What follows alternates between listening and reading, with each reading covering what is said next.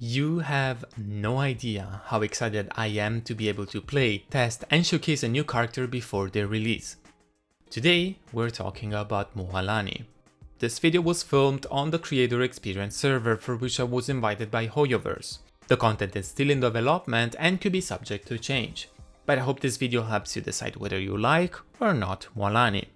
I've been playing her non-stop, so I will explain how she works first. But then I have a long list of in-depth details I discovered that might help you out in deciding whether to pull for her or not.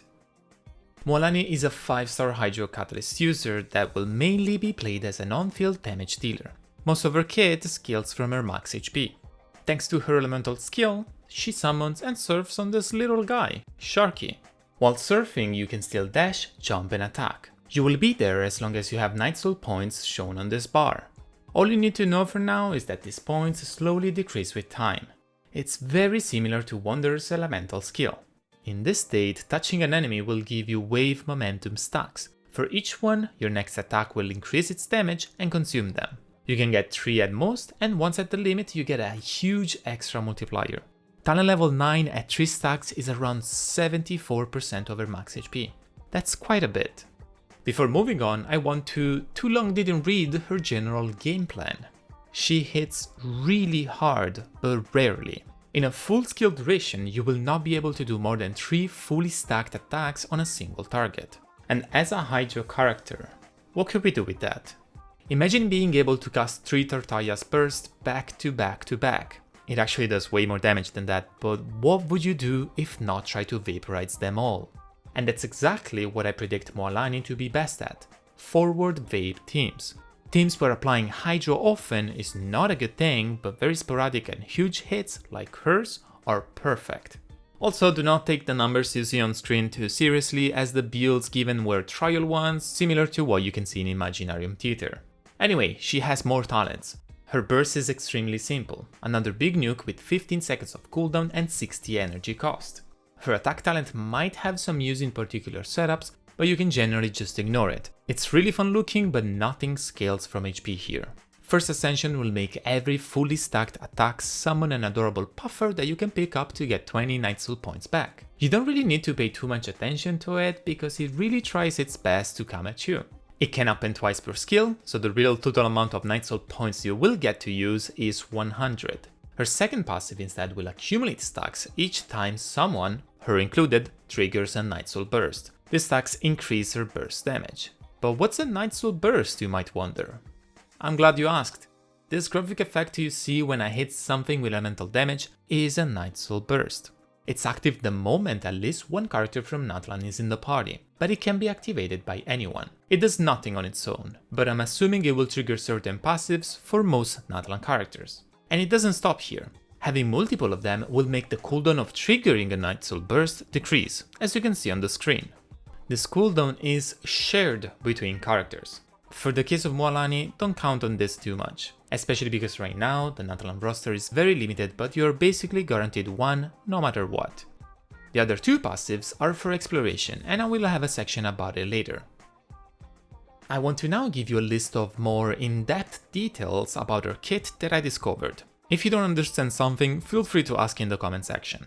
As I said earlier, Mualani can fade at best 3 fully stacked normal attacks in her skill, but she can also fade an extra quick hit together with them, making a possible best rotation be skill, a 0 or 1 stacked normal into 3 fully stacked normal attacks, or the other way around, skill, 3 fully stacked normals, and then a 0 or 1 stack normal attack. I generally recommend doing your big hits first because of buff of time, and it's simply a more reliable combo. You might notice she also applies a mark to enemies, and that's a mechanic she can use to deal with AoE content. The same damage you will do on your main target will also be done to up to 5 marked enemies. However, the extra hits will lose 14% damage on 2 targets and 28% on 3 or more. Her stack generation has a cooldown of 0.7 seconds, but this cooldown is per enemy, so in AoE you can technically get them all at the same time. However, your attacks will still have a cooldown, which is 1.8 seconds, so even if you get your stacks instantly, you still have to wait that timing window. Mualani has quite a bit of resistance to interruption while surfing, and she seems to be totally immune to being interrupted when attacking, at least based on my testing. You don't necessarily have to move to get stacks, just standing still on the enemy will do the job, but of course that's going to depend on the enemy. She generates 5 energy particles when attacking once per skill. Everything in her kit seems to have no relevant internal cooldowns, meaning that on a Pyro Aura you can always vaporize each important hit. Regardless of stack counts, your hits during skill are considered normal attack damage, making characters like Candace maybe have a spot in your teams. Lastly, be prepared because sometimes she will just decide to completely miss her target. It doesn't really have to do with your input, but more how the enemy moves. Agile and small enemies might not be her forte. All in all, Mualani's talent descriptions look a bit intimidating, but believe me, once you understand her, she is not only easy to play, but also quite fun. Her kit is also quite incredible for exploration. Aside from the talent that shows unique resources in the minimap, she has this very interesting extra passive, which says after you consumed all your 9 soul points, you will be consuming Phlogiston points instead. This is one extra stamina-like bar that we get interacting with Natlan's environment, which basically makes her able to keep on surfing and move around for even longer. This talent also allows for a special switch. This is called Night Soul Transmission.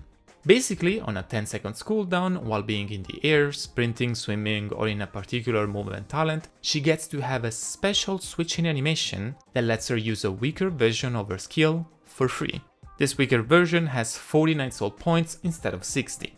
Yes, this can be used in combat, and no, it will not make her actual skill go on cooldown. However, it only works in Natlan.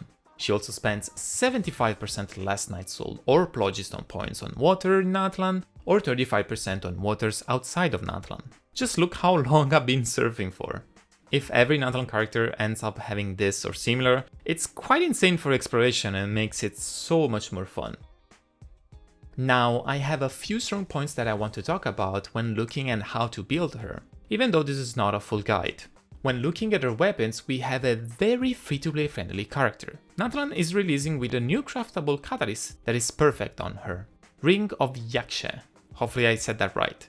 HP main stat, and it increases normal attack damage based on your HP after using your skill. We are probably all getting this weapon for free directly in game with a Natlan web event. Also, the region is likely to give us at least one billet of our choosing. It unfortunately doesn't buff her elemental burst, but looking at alternatives, we don't have that many. Remember that she doesn't care for attack and she also sends with crit rate, and as we will see in a second, her best set grants her 40% crit rate. So one of her possible best weapon unfortunately is really hard to build around, and that's the battle pass weapon, Sacrificial Jade. If this was a crit damage weapon instead of crit rate, I'd assure you it would be as strong if not better than her signature, which is obviously her best. Tons of crit damage, HP percentage and normal attack damage that stays as high as possible if she keeps on triggering Vaporize. Do we have other options? Nahida's signature is great and probably her second best 5-star weapon, and Tome of Eternal Flow, even without the passive, is great. Lost Prayer also does the job, and Wisdom might, but you have a 1 out of 3 chance of a useless effect. After this, do not, and I repeat, do not consider anything else. Natlan's craftable is literally free and great. Artifacts have one clear undisputed win, which is obviously the new Obsidian Codex set. The 2-piece effect will always be active and the same applies to the 4-piece effect. Consuming 9 soul points is something she always does during her skill. The only downside of this set is that now she has a baseline of 74% crit rate, which means you're probably not using crit rate circlets or weapons. Main stats will mostly likely be HP or Elemental Mastery Sense, Hydrant Goblet and Crit Circlet. Some extra HP or Elemental Mastery main stat can be used, but that will depend on your builds and buffs. There are other sets that work, of course. Maruchusi only works in a team with Furina, Shibenawa makes your burst basically unreachable, Heart of Depth doesn't offer enough stats, Reverie is okay in a burn wave team, and that's pretty much it. Obsidian will be her best by a long shot. Lastly, for Mualani, I feel like there might not be a team at the moment that really feels satisfying, at least for me. You have two ways to go about making a team for her. You either vaporize, or you ignore her favorable ICD and timings, and you play as you would play any Hydro unit without tons of Hydro applications. For Vaporites, we have to look at pyro units that work off-field, but we have very limited choices. Xianling is going to be the most common and reliable one, given a bazillion energy recharge. But some teams might include Theia or even Thoma. Danger units can be added to make her Vaporites off-field burning aura, so either Emily for damage or Nahida for her elemental mastery buffs, or anyone that still applies their element off-field. You can finish these teams with either an Emo and make your life really hard trying to have a good uptime on your Hydra Swirls, or Geo utilizing either the new set on Kachina, or Zhongli, or even both. Depending on how strong of a Pyro aura you will maintain, you can add other elements, but you're generally avoiding Cryo and Electro. Someone like Candace will be a character I will experiment with. You get Hydro Resonance, normal attack damage buffs, and hopefully not lose on Vaporizes. But aside from the common teams, another interesting option might be Mona with her huge damage buff, or Jinyan, which actually applies Pyro field and also allows some weird Kazuha setup. I will probably make an extra video on all these weird ways to set her buffs up, because honestly this might be a little hard for the average player. If you avoid Vaporites, then a Mono Hydro team looks to be one of her strongest options. Taster is very similar, and you're probably avoiding any team in which you need good Hydro application, like basically anything that has to do with Bloom Cores or a Pyro unit vaporizing.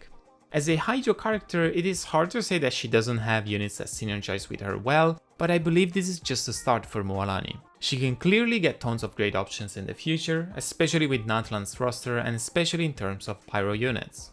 I hope I did a good job at showcasing some of the current teams in the background while I was yapping. Being able to play and showcase a character before its release is such a great opportunity, and I'm so thankful to you guys for watching and supporting my content. And I hope to be able to bring you more in the future. Thank you for watching.